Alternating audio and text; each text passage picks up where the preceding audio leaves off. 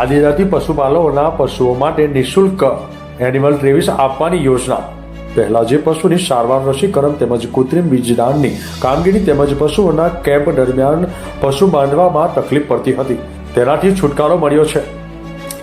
દાહોદ જિલ્લાના વિવિધ ગામો ખાતે આવેલ ગ્રામ પંચાયત ઉત્પાદક સહકારી મંડળીઓ ખાતે જરૂરિયાત મુજબ ગામના લોકોને પશુઓની સારવાર, રસીકરણ, કૃત્રિમ બીજદાન તેમજ પશુ કેમ્પના આયોજનમાં સરળતા રહે તે માટે પશુઓ માટેની કુલ 86 જેટલી ટ્રેવિસ એનિમલ ટ્રેવિસ આપીને યોજના હેઠળ ફાળવવામાં આવી છે.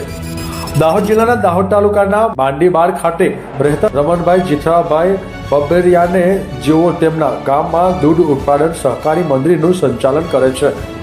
લાભાર્થી રમણભાઈ બબ્બેરિયા જણાવે છે, પશુ દવાખાના દાહોદથી આ યોજના વિશે અમને જાણકારી મળી હતી. પશુ આરોગ્યને લગતા પ્રશ્નો પશુ ડોક્ટર આગળ રજૂ કરતા તેમણે અમને વિસ્તૃતપૂર્વક યોજના અંગે જાણકારી આપી હતી. આ યોજના થકી અમને આ ઘોડી 23 મળી છે, જેના દ્વારા અમને હવે જે પહેલા તકલીફ પડતી હતી એ હવે નથી પડતી અને હવે અમારી અને પશુઓની પણ સલામતી જળવાઈ રહે છે.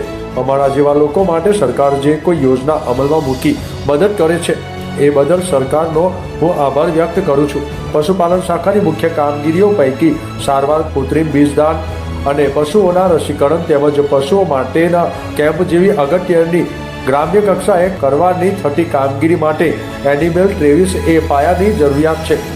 વધુમાં દાહોદના પ્રાયોજનના વિસ્તારમાં આદિજાતિ પશુપાલકોના પશુઓ માટે 23 આપવાથી પગ અને કમરની ઈજા થયેલ પશુઓને સહેલાઈથી ઊભું રાખી શકાય છે, અંડરના દર્દી તરીકે રાખી સારવાર કરી શકાય છે તેમજ ફ્રેક્ચર થયેલ પશુને ઊભા રાખી સારવાર આપવામાં સરળતા રહે છે.